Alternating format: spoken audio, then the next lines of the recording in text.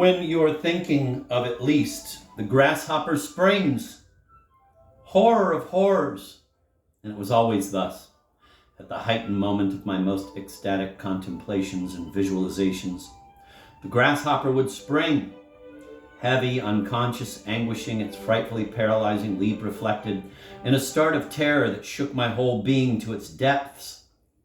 Grasshopper, loathsome insect, horror, nightmare, martyrizer, and hallucinating folly of Salvador Dali's life. I am 37 years old, and the fright which grasshoppers cause me has not diminished since my adolescence. On the contrary, if possible, I should say it has perhaps become still greater. Even today, if I were on the edge of a precipice and a large grasshopper sprang upon me and fastened itself to my face, I should prefer to fling myself over the edge rather than endure this frightful thing. The story of this terror remains for me one of the great enigmas of my life. When I was very small, I actually adored grasshoppers. With my aunt and my sister, I would chase them with eager delight. I would unfold their wings, which seemed to me to have graduated colors like the pink, mauve, and blue-tinted twilight skies that crowned the end of the hot days in Caracas.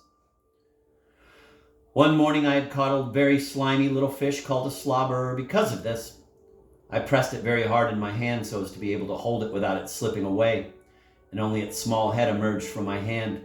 I brought it close to my face to get a good look at it. But immediately I uttered a shrill cry of terror and threw the fish away. While tears welled into my eyes, my father, who was sitting on a rock nearby, came and consoled me, trying to understand what had upset me so.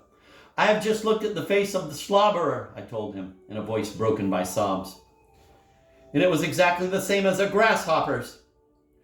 Since I found this association between the two faces, the fish's and the grasshopper's, the latter became a thing of horror to me, and the sudden and unexpected sight of one was likely to throw me into such a spectacular nervous fit that my parents absolutely forbade the other children to throw grasshoppers at me, as they were constantly trying to do in order to enjoy my terror. My parents, however, often said, "What a strange thing. He loved them so much before." On one occasion, my girl cousin purposely crushed a large grasshopper on my neck. I felt the same unnameable and slobbery sliminess that I had noticed in the fish. And though it was eviscerated and abundantly sticky with a loathsome fluid, it still stirred, half destroyed, between my shirt collar and my flesh. And its jagged legs clutched my neck with such force that I felt they would be torn off sooner than relax their death grip. I remained for a moment in a half faint, after which my parents succeeded in detaching that horrible half-living nightmare from me. I spent the afternoon frantically rubbing my neck and washing it with seawater.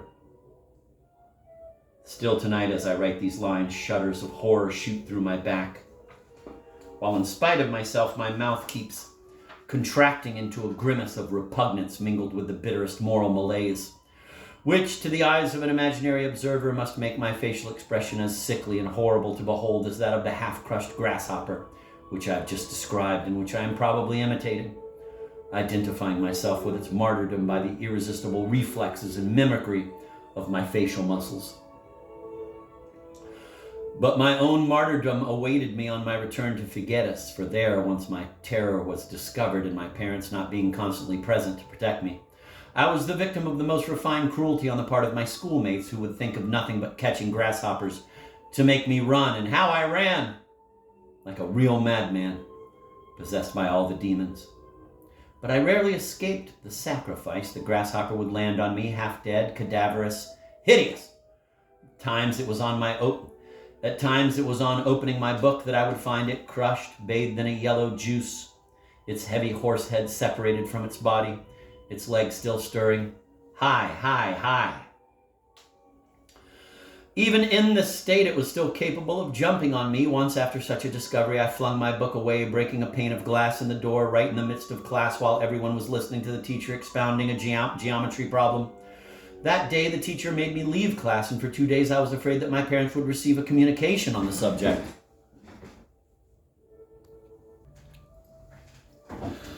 In Figueres, the grasshoppers attain much greater dimensions than those of Caracas, and this species terrified me much more, those horrible grasshoppers of Figueres. half crushed on the edges of the sidewalks, dragging a long foul string tied to their legs, and subjected to the slow and fierce martyrdom of the games which the children inflict on them. I can see them now. There they are.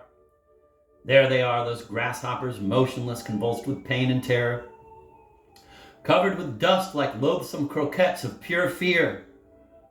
There they are, clutching at the edge of the sidewalk, their heads lowered, their heavy horse heads, their inexpressive, impassive, unintelligent, frightful heads with their blind, concentrated look, swollen with pain. There they are, motionless, motionless.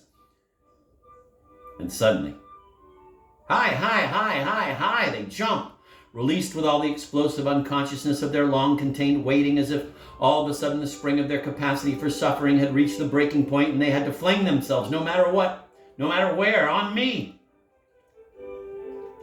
In school, my fear of grasshoppers finally took up all the space of my imagination. I saw them everywhere, even where there were none. A grayish paper suddenly seen and looking to me like a grasshopper would make me utter a shrill cry which delighted everyone.